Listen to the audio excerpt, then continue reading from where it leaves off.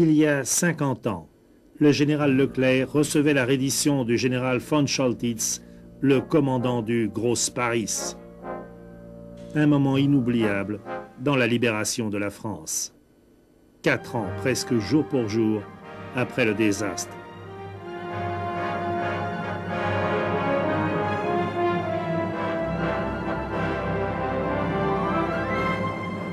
Mais le général de Gaulle avait prédit que la force mécanique qui nous avait vaincus trouverait un jour contre elle une force mécanique supérieure. Ce sont ces blindés, des chars de Leclerc, qui ont libéré Paris et contribué à la victoire finale. Et ce sont les blindés qui, aujourd'hui encore, sont le fer de lance de notre défense. C'est pourquoi cette histoire s'appelle « De Leclerc au Leclerc ».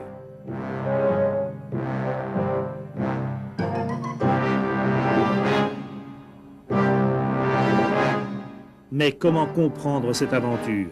Comment saisir cette extraordinaire révolution technologique et militaire que représente le char Leclerc sans revoir cette histoire? Celle des blindés, telle que le magnifique musée de Saumur permet de la survoler. Bonjour, bienvenue dans ce qui, j'espère, sera un jour le plus beau musée des blindés. Nous sommes ici au bâtiment Général Estienne, le père des chars. Devant, nous avons exposé un certain nombre de véhicules, mais je pense qu'on comprendra mieux ce qu'est l'évolution du char en rentrant à l'intérieur.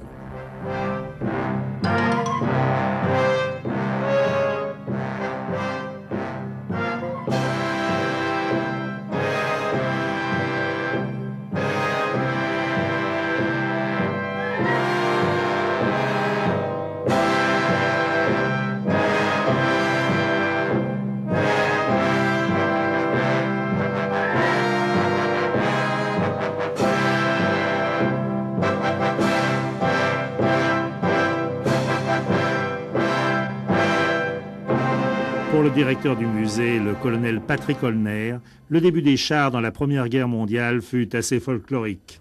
Oui, le problème était celui des tranchées et des barbelés. C'est une brouette, à la limite, c'est une brouette blindée. Vous avez ici une fente de visée avec même des obturateurs pour éviter qu'éventuellement ils prennent des éclats.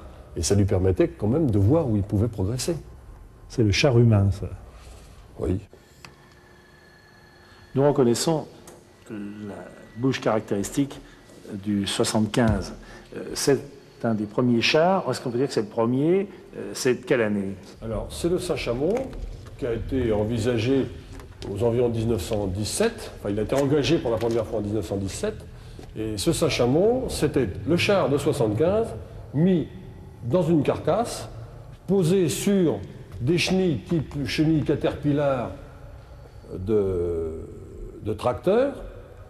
Mais vous voyez que finalement son pied était un peu petit et il y avait un peu un porte-à-faux sur l'avant, ce qui fait qu'il y avait un moyen qui permettait de passer dans la tranchée.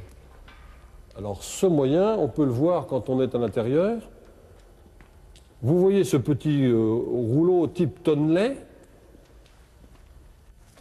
Ce tonnelet prenait appui sur le bord de la tranchée et permettait de ne pas rester au fond. Alors, il y en a un de chaque côté.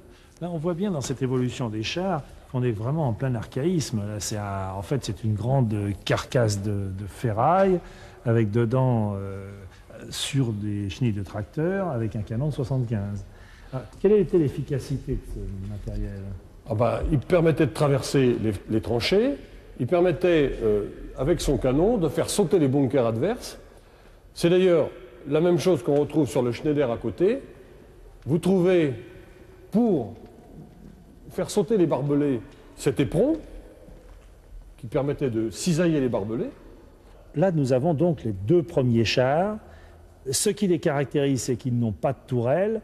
Et vient maintenant un char extraordinaire, je crois que c'est le plus célèbre peut-être de cette époque, qui lui comporte pour la première fois une tourelle.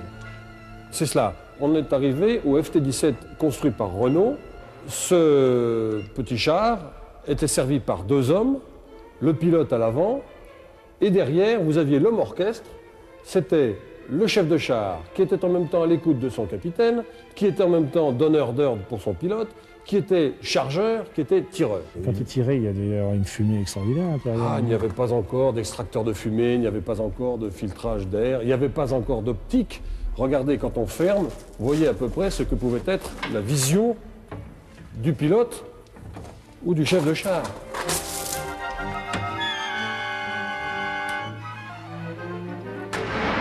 Mon Dieu. Le pilote ne voyait que par cette petite fente. Dans les améliorations des chars, on a fait un saut prodigieux le jour où on a pu mettre de l'optique, ce qui fait qu'on voit aussi bien à l'intérieur d'un char que comme si on était à l'extérieur. Alors là, on a une tourelle qui est intermédiaire, bien sûr, entre celle du FT-17 et puis surtout celle que sera Leclerc. Et surtout, ce qu'on voit bien, c'est l'optique. Les optiques. Les optiques, on est à l'intérieur, un tourello, vous voyez le chef de char à la haut, un périscope, on voit parfaitement dans ce type de char. Les grandes étapes de l'évolution des chars se firent, hélas, par la guerre et dans la guerre.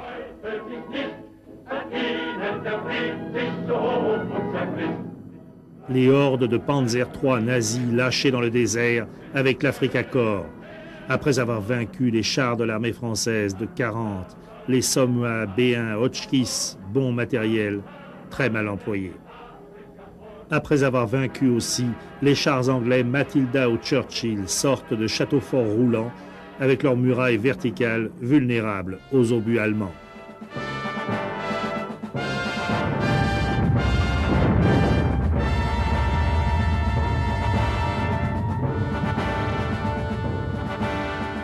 Invincibles, les Mark IV avancent vers Moscou en 1941.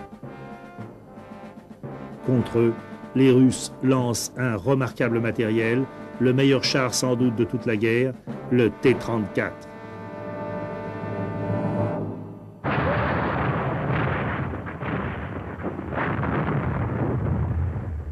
C'est le capitaine Jean-Pierre Trébuch, conservateur du musée, qui nous présente cette perle de sa collection.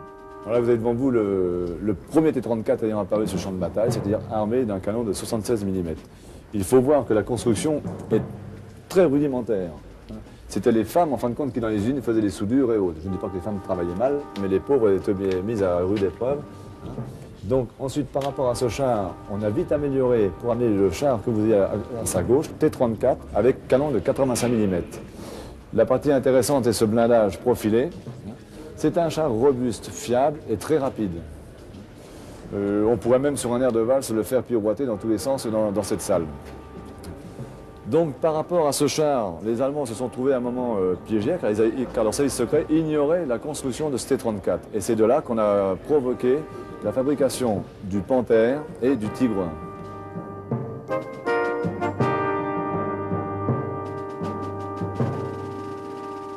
Alors, mon capitaine, ce char, c'est, comment dire, le point final de l'évolution du char pendant la guerre. Est-ce qu'on peut dire que c'est le plus extraordinaire, le plus grand, le plus formidable char qui ait jamais été construit, le Tigre Royal? En fin de compte, c'est le dernier char que la production, la technologie allemande a pu sortir. C'est un engin de 70 tonnes et mu par un moteur de 700 chevaux malheureusement, car les Allemands n'ont pas pu mettre au point à temps le moteur de 1000 chevaux qu'ils avaient prévu. Son canon de 88 en fin de compte était invincible et son blindage le rendait invulnérable par rapport à toutes les armes qu'il y avait en face. Son seul problème a résidé à la fin de sa vie avec un manque d'essence, de carburant, comme on sait, après une grande bataille. Tigre et Panthère ont succombé sous le nombre. Les milliers de Sherman des divisions blindées américaines. Combien ont connu le sort de ce Panthère?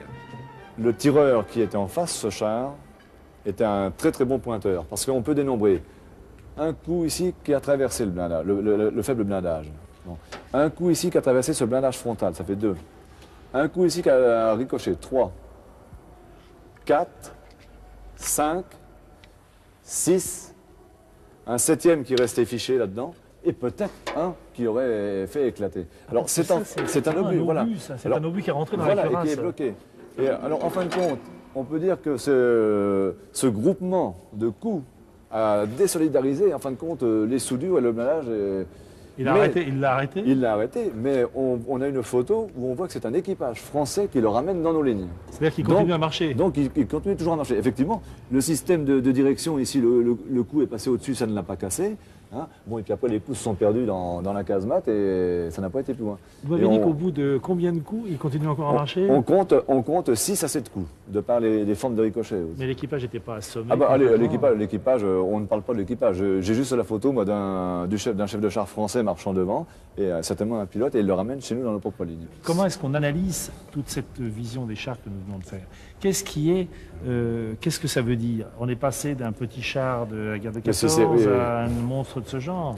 C'est-à-dire que le petit char de la guerre de 14, en face de lui, il n'avait qu'un fusil anti-char de 7,92 mm pour percer son blindage, mais que c'est le fameux duel canon-cuirasse, et donc il fallait automatiquement, vous augmenter votre blindage, il faut automatiquement augmenter le calibre pour le percer.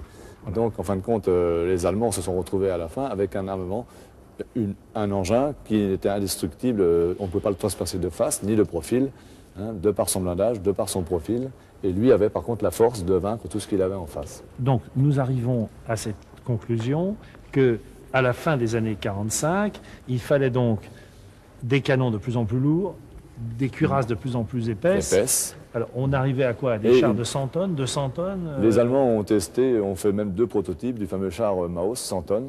Comment est-ce qu'on peut tirer une leçon de toute cette vision des chars? La conclusion, elle est un peu difficile à faire, puisque en fin de la dernière guerre, on se retrouvait avec des monstres de 70 tonnes, pour redescendre après avec des chars beaucoup plus mobiles, classe AMX-13, quelques 15 ans plus tard, et on revient maintenant à notre époque à des engins de 55-60 tonnes. Donc c'est toujours ce fameux problème, un char c'est un calibre, c'est un blindage, mais aussi c'est une motorisation. Et on ne peut pas avoir à la fois un gros blindage et un gros canon, parce qu'à ce moment-là il faudrait un trop gros moteur et ça nous ferait un monstre. Donc il faut faire un compromis entre ces 3 critères.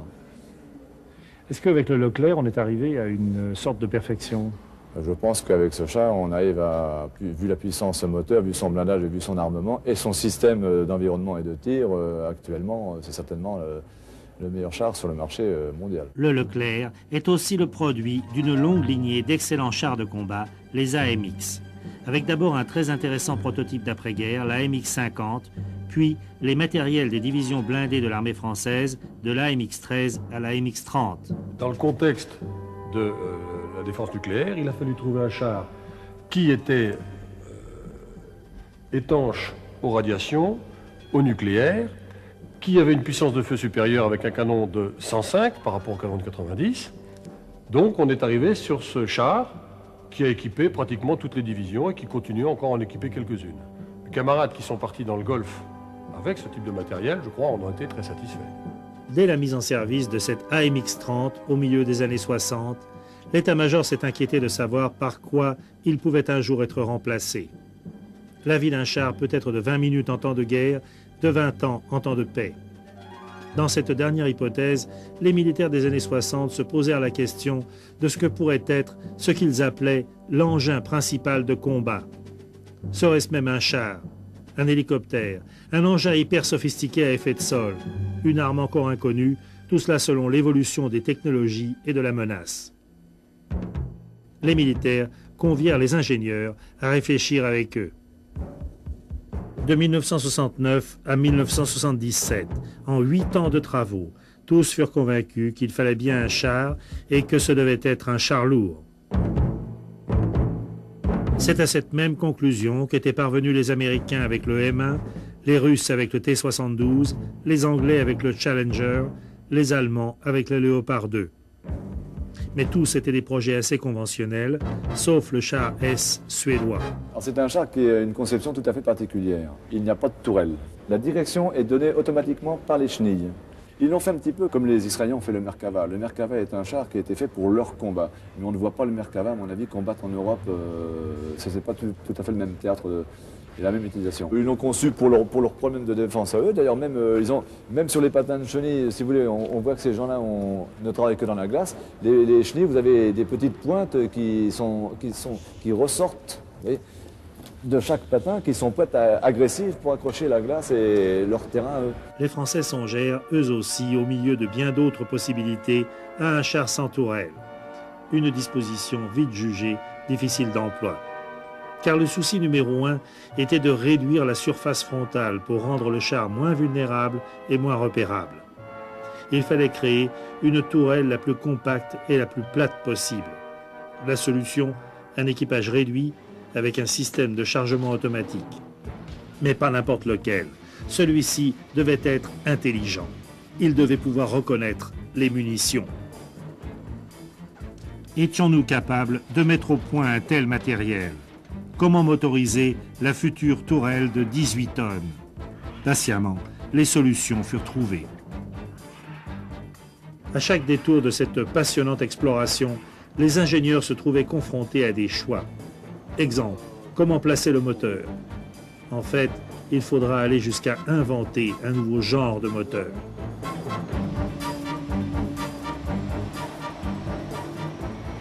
C'était le moteur hyperbare, un procédé de suralimentation inventé pour le Leclerc et qui devait un jour fournir une puissance sans équivalent de 1500 chevaux pour seulement 16 litres 4 de cylindrée. Ces choix vont être parfois très audacieux. Celui du tout numérique, par exemple, nous semble aujourd'hui évident. Pour l'époque, il ne l'était pas, mais pas du tout.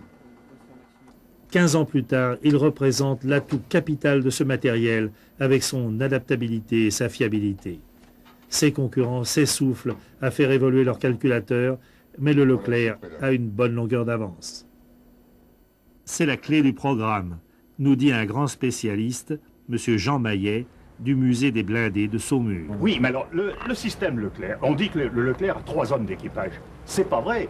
Le Leclerc a plus que 3 hommes parce qu'il est en permanence en liaison avec l'extérieur, avec son chef de peloton, avec son chef d'escadron, avec sa logistique, avec ses camarades qui sont à droite et à gauche. Il y a donc plus que 3 hommes dans un Leclerc. Ainsi, le Leclerc a été, dès le début, conçu autour de l'idée capitale de Vétronique, c'est-à-dire de véhicule électronique. Toute l'architecture du char est axée sur une colonne vertébrale informatique qui gère en temps réel toutes les informations intérieures et extérieures. À partir de là, on a commencé à donner une 4e dimension au char, puisqu'il y en avait 3 jusqu'à maintenant, qui étaient l'armement, la mobilité et la protection. On lui a donné une 4e dimension qui est le système. Le système consistant à laisser le char un peu plus libre. Il ne faut pas oublier qu'on met moins de monde au kilomètre carré maintenant dans un lieu de combat qu'on en mettait jadis, puisqu'il fallait quelque chose comme 5000 hommes à Napoléon pour un kilomètre carré. Maintenant, on en compte 250. Les véhicules, c'est exactement la même chose. Mais il faut également ne pas oublier que le char doit être absolument soutenu, aidé par un environnement et par ses voisins. Ses voisins, ses camarades, les chars de son côté. Et ça a été la grosse invention des années 80, 70-80, la 4e dimension donnée au char. En 1982, les grandes options ont été prises, reste à les mettre au point, comme par exemple tout le système de roulement, chenilles, transmission, conduite. Dans un tel projet, ça n'est pas une mince affaire. Le char devra aller très vite sans que l'équipage soit trop malmené dans sa carcasse d'acier.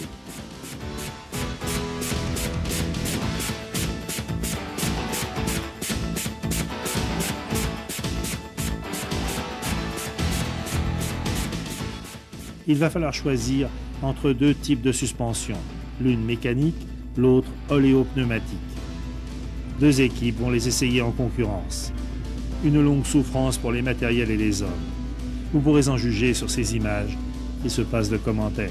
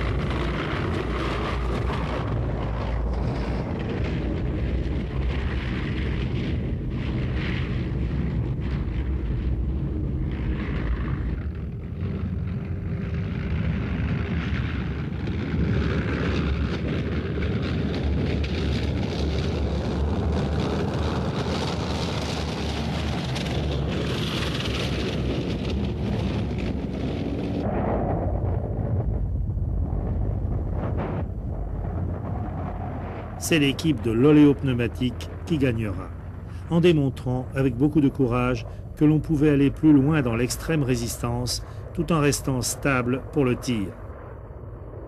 Le tir, c'était l'affaire d'une autre équipe. Pendant que les pilotes prenaient tous les risques sur tous les terrains, eux, à Satori, montaient la première tourelle. Et en ce beau jour d'octobre 1986, l'ébauche du futur Charles Leclerc sortait de l'atelier.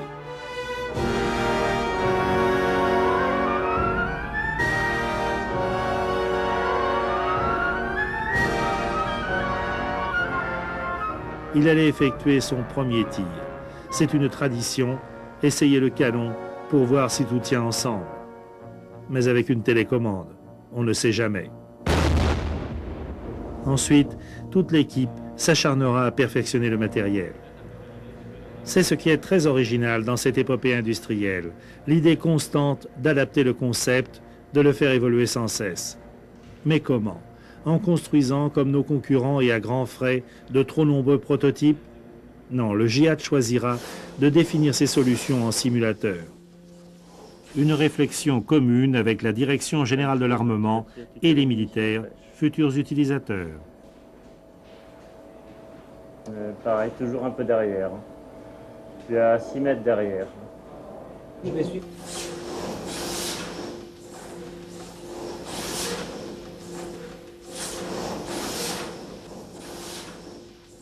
En fait, dans la réalité, tout peut bouger sauf le canon et ses organes de visée.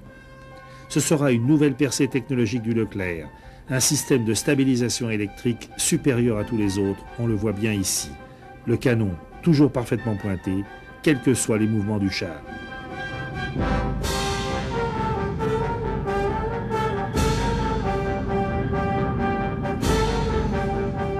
Tout est prêt maintenant pour la première grande campagne de tir, fin 86, au centre d'essai des Landes. Avec tous les obus classiques, mais aussi la munition actuelle la plus terrifiante, l'obus flèche. L'obus flèche, c'est communiquer toute l'énergie cinétique au départ du coup à un barreau qui est d'une densité très importante, avec une très grande vitesse initiale. C'est sous-calibré, c'est-à-dire que par rapport au canon, vous voyez bien que c'est très fin. Au moment du départ du coup, les ailettes ici se déploient, simplement pour donner une trajectoire à peu près conforme. Et au moment où on arrive sur le blindage, eh bien, la vitesse, l'énergie cinétique traverse le blindage. 3, 2, 1, feu.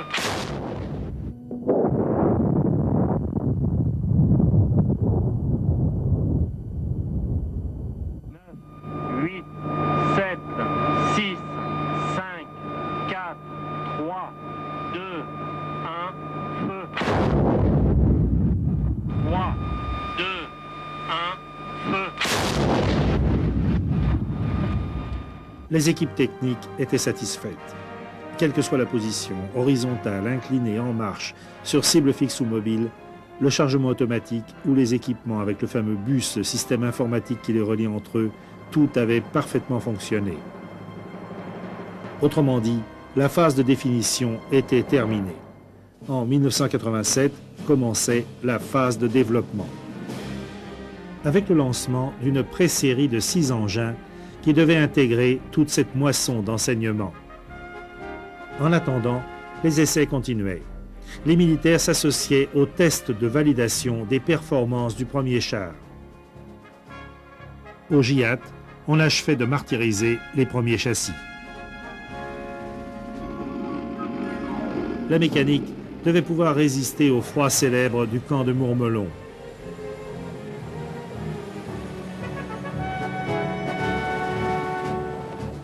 Ou à la chaleur concentrée du camp de Canjuers. Et la fameuse suspension oléopneumatique devait prouver inlassablement son efficacité. Avec le formidable moteur hyperbare de 1500 chevaux, il devait donner au Leclerc une mobilité sans précédent. Et pour cause. La vitesse, la furtivité, la silhouette fait que pour pouvoir tirer sur le Leclerc, il va falloir se lever de bonne heure parce qu'il va aller vite, il va se déplacer rapidement, il va pouvoir être... Je vous dis, pour ne pas être tiré, il ne faut pas être vu, il ne faut pas être identifié, faut pas pouvoir, faut ne pas être statique. C'est seulement quand on a réussi toutes ces conditions qu'on pourra peut-être mettre un coup au but sur le Leclerc, mais il faudra faire très fort. Au début 89, le général Fauré, à l'époque chef d'état-major de l'armée de terre, vient se rendre compte de l'avancement des travaux. Au printemps, ce sont les officiers de la 2e DB qui se déplacent, impatients de connaître ce char qui porte le nom de leur chef légendaire. Tous sont frappés par l'aspect extraordinairement compact du moteur, pourtant rappelons-le de 1500 chevaux, présenté ici avec sa boîte de vitesse. Mais c'est surtout l'environnement informatique de bord, inconnu à ce jour, qui les stupéfie. Et les commandes, type guerre des étoiles. Mais les ingénieurs du GIAT continuent leur travail obscur, et encore sur des châssis, comme si la conquête du Graal technologique devait toujours être repoussée, avec des obstacles de plus en plus difficiles. Des marches de 1,10 m. Et sur le terrain de Val-d'Aon, près de Besançon, des acrobaties qui pourront définitivement rassurer les militaires sur la solidité de leur futur matériel.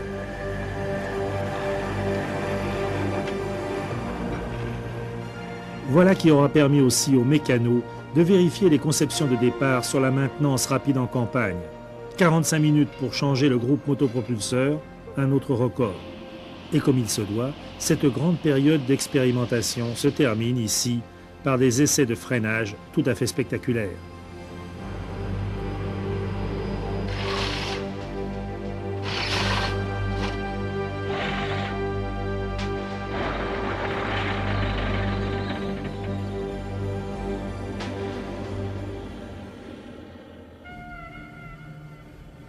Oui, rendons hommage à tous ces équipages d'essai.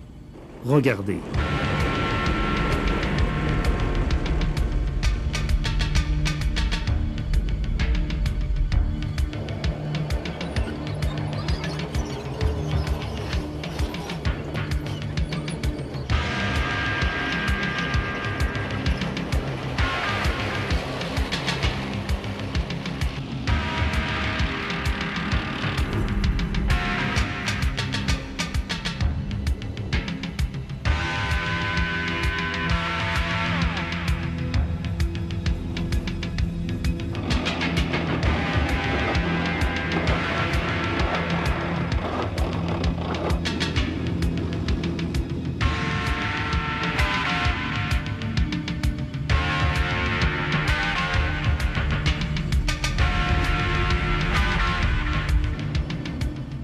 Tous ces longs essais, toutes ces années de recherche de l'excellence, et voilà qu'enfin, à l'été 90, le Leclerc est présenté aux unités, au gouvernement, au public, aux acheteurs étrangers.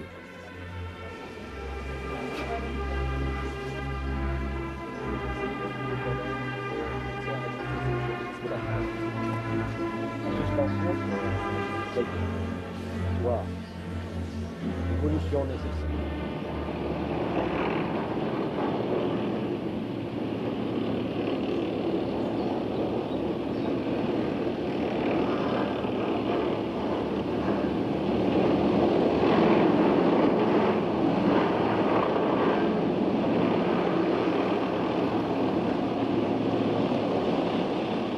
Le Premier ministre était cet après-midi au camp de Biard, dans la Vienne, afin de saluer l'armée de terre qui avait mis les petits chars dans les grands pour présenter au Premier ministre le nouvel AMX Leclerc. Notre nouveau char de bataille est bourré d'électronique et n'a aucun équivalent dans le monde. L'armée de terre s'adapte très vite aux technologies les plus modernes si on lui en donne les moyens.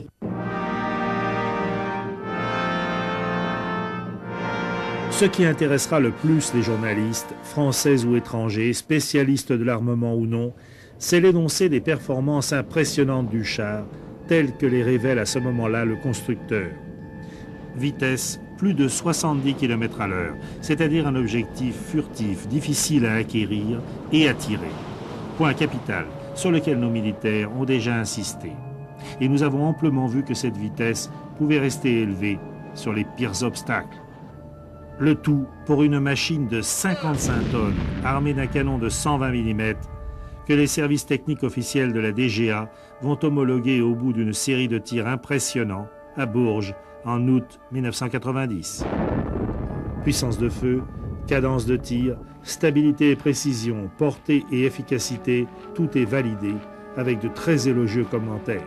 Attention, 10, 9, 8, 7, 6, 5, 4, 3, 2, 1, 4, 3, 2, 1, feu!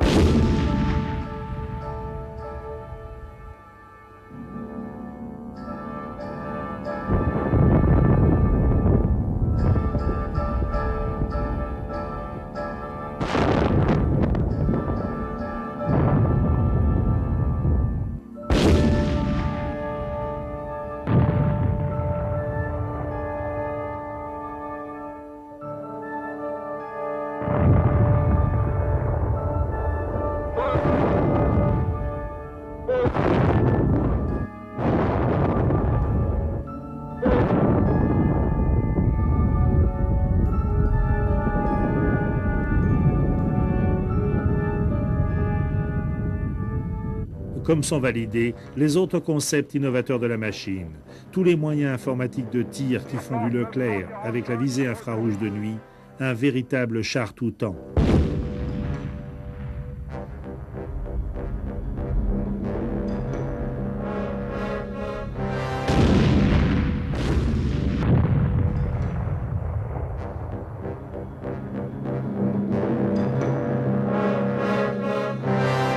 Le Leclerc prouve aussi qu'il est seul capable de tirer et de recharger en roulant avec une précision inégalée.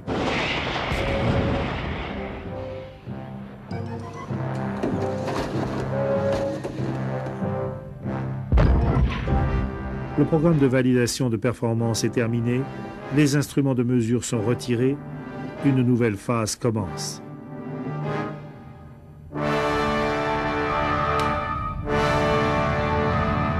Le programme d'évaluation opérationnelle s'accélère. À Mourmelon, en avril 1991, les militaires ne ménagent pas leur monture.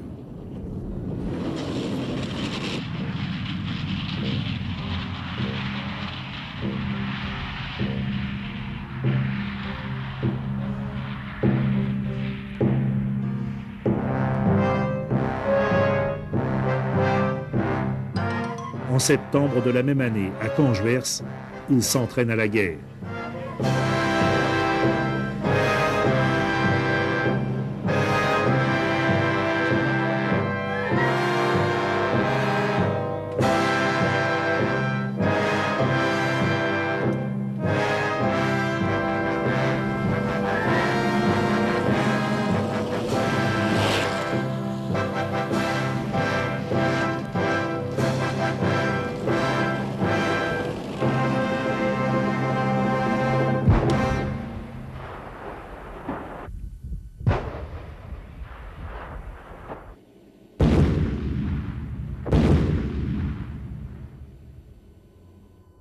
Cela demande parfois de rester 24 heures d'affilée à l'intérieur du char, ce que les officiers des services techniques de l'armée de terre démontrent sans difficulté. Le Leclerc est confortable autant que cela soit possible. En tout cas, c'est un engin rassurant pour tous ceux qui seraient un jour, hélas, obligés d'aller au combat avec lui. Y compris dans les pires hypothèses, celle de l'apocalypse, que les militaires appellent l'environnement NBC, nucléaire, bactériologique et chimique. Le Leclerc pourra continuer. C'est là d'ailleurs que se vérifie la doctrine du char dans ce genre de conflit. Ne serait-il pas le seul à pouvoir occuper le terrain? Et tout son système informatique intégré dans un vaste réseau donnera en permanence et en temps réel au poste de commandement une masse d'informations inconnues à ce jour et capitale pour la conduite stratégique et tactique du combat moderne.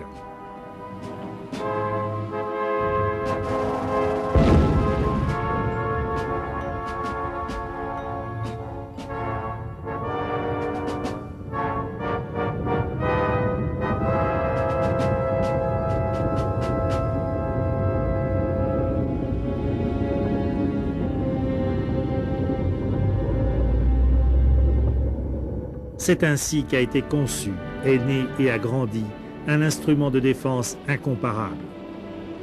En janvier 1992, Madame la maréchale Leclerc de Haute-Cloque a baptisé le premier char de série pour l'armée française. Puis vint le premier succès à l'exportation.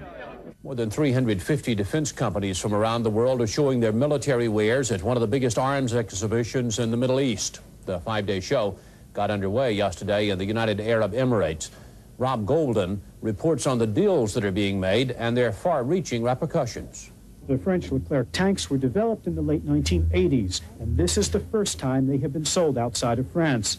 The delivery of the tanks will begin in 1994. Le char français Leclerc a battu le char américain Abrams et le char britannique Challenger 2 dans la bataille économique qui les opposait dans le golfe Persique. Les Émirats arabes unis l'ont préféré à ses concurrents occidentaux, ils l'ont trouvé plus performant. Et comme les Émirats ont beaucoup d'argent, ils en achètent d'un coup d'un seul 436. Nicolas Vinclair. La partie était pourtant loin d'être gagnée il y a quelques semaines. La France devait en effet faire face à deux importants concurrents, les Anglais et les Américains. Ce matin, le ministre de la Défense des Émirats tranchait enfin. Les Émirats arabes unis ont décidé de se porter acquéreurs pour leurs forces armées de 436 chars Leclerc fabriqués en France par le GIAT. Le char Leclerc français a donc dû livrer bataille à un rival américain, politiquement et militairement très compétitif. Le dessous des cartes de ce contrat, Pierre Baben.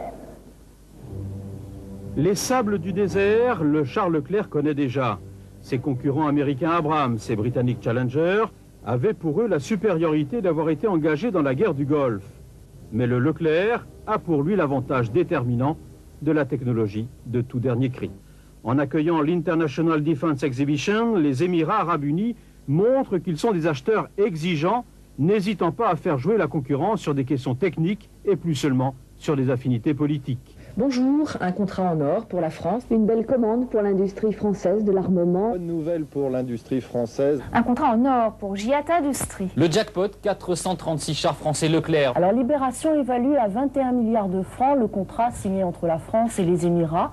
Un contrat canon qui représente, selon François, une manne de 33 milliards. Divergence. Plus optimiste encore, Le Figaro estime que la vente des 436 chars Leclerc aux Émirats unis rapportera 34 milliards cette fois à la France et assurera 5 millions d'heures de travail à GIAT Industries qui construit les engins. Les Échos avancent encore d'autres chiffres, 21 milliards pour ce contrat militaire exceptionnel, mais 11 millions d'heures de travail pour les arsenaux terrestres et leurs sous-traitants qui devraient avoir du boulot jusqu'environ l'an 2000. Mais l'histoire ne s'arrête pas là. L'énorme effort de recherche et de développement n'est pas terminé. Déjà s'élaborent les commandes vocales, le blindage évolutif et bien d'autres secrets technologiques encore jalousement gardés. Et puis, surtout, c'est une grande aventure industrielle qui continue. Le puissant groupement d'armement terrestre est devenu, en 1990, une société nationale, GIAT Industries, avec les moyens de sa réussite. Comme le Mirage, comme l'Airbus, comme le TGV, le Leclerc représente une démonstration de ce que peut la France. Quel chemin parcouru, de Leclerc au Leclerc.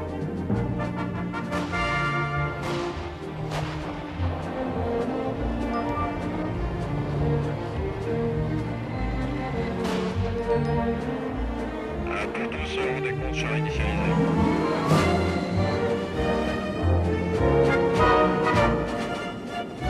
Le 110 prêt. 110 reçu. Pour tous, initialisation du réseau lancé.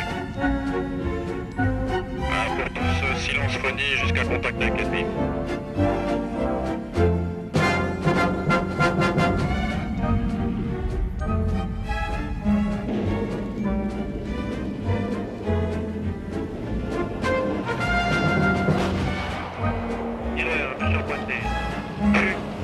Mesure 1750. Peu.